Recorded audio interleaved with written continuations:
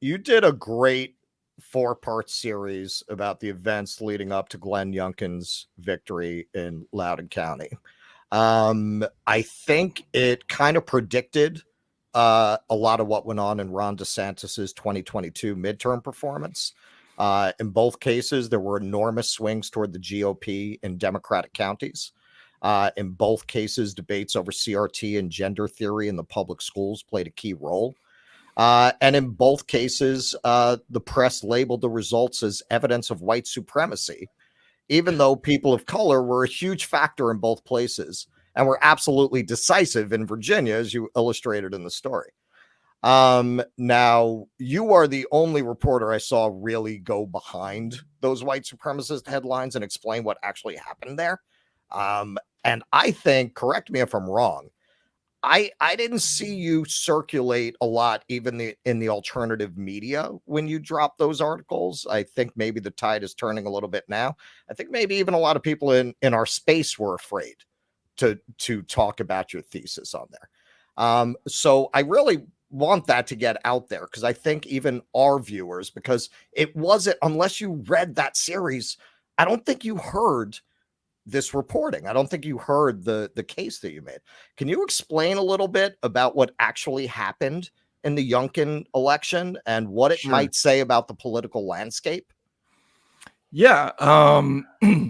So I first of all, I hadn't, sorry, I hadn't covered schools for a while. So it had been some time. So I had to kind of reacquaint myself with all of the basic issues that were going on in the public school landscape.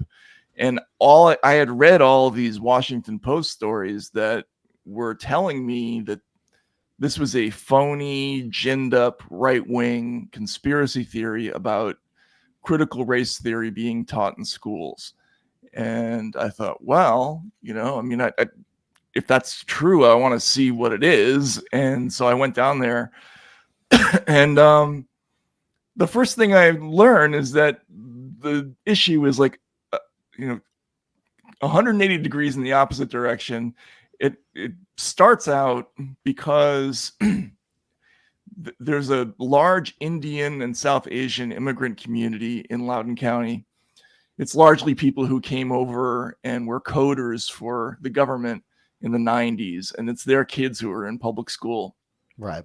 And they dominate the gifted programs because they have, among other things, this cultural thing about relentless studying and homework. And so it was some absurd number in Loudoun County, like 70% of the people who got into the gifted programs were South Asian. And so in an effort to address what complaints, among other things, by the white community in Loudoun County that was actually doing poorer than it had, they created this new system that was equity based, and it essentially assigned a fixed percentage of spots to the different races, which I thought was nuts. Just on the level of putting race into the law, like I thought that was a big step to not get any press about, first of all. But you could see how people would be angry about it. Here you have this community that's intensely patriotic in a really interesting way. Like these South Asian immigrants, these Indian immigrants, they come over here. They love the opportunity story of America. They're much more positive about this country than people who are born here in many cases, and they feel that that promise has been betrayed by this unfair system within the schools. Now, this led to a whole series of other things and other decisions that had to do with what kinds of things were going to be taught in schools and how they were going to grade. But mostly it was about the unfairness of the system and the fact that the secondary problem had to do with the lockdowns and the fact that kids weren't getting taught well. And just to see the distance between what was really happening and the way this was being presented in the news, I understood for the first time, like, well, of course people are going to vote, differently. Like when you have kids, I have 3 kids now. There's nothing that's more important in your life. And if you see, hijinks going on and lies being told in major newspapers about your situation, people are going to be spun up. And I saw them marching angrily into the voting booths that night. It's an impression that's hard to get rid of. Excuse me for losing my voice at the end. No, that's all right. So that to me, because I went back and reread it before we did this segment, that to me has a lot of implications for what's going on in the country, because something I keep hammering on the show is, okay, so a lot of these cultural issues that you only talk to other people like yourself about, and you think there's some groundswell of support for, there isn't. There isn't. If you actually look behind the headlines and look into what's actually happening, Democrats swung the election to Youngkin, not some hidden tribe of lost Confederates. Democrats. Right. Same thing with, DeSantis might have won anyway, but you had these enormous swings. What was the swing in Miami-Dade? Miami was like 30 points. So, yeah. It was a 30-point swing towards DeSantis. And, they were pretty well aware of his stances on education before they voted. This didn't come up last month. So what do you think is going to happen when you get a figure like that running for president next time?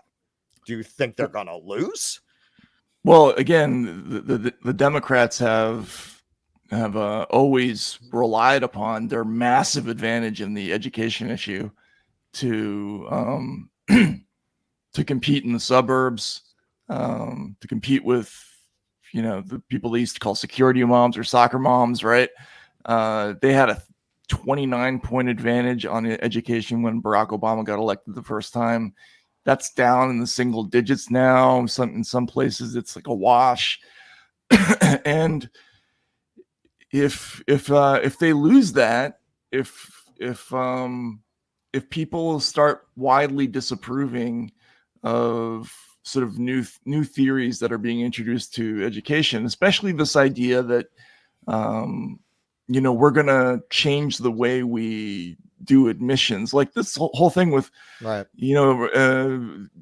college admissions and Asian kids in the University of California system, or Yale or Harvard or whatever it is. Like, I don't think that goes over well with the average voter, and the idea that you're going to base your belief on what a minority group in some other state thinks on what you read in the Washington Post, like, you got to remember that sometimes something gets lost in that game of telephone, right? You should probably go to the source every now and then and find out what the real story is, because very often it turns out to be something you never expected. I think that's one of the things I love about journalism generally, is like, you show up, you expect one thing, and it turns out to be something else. Please clap.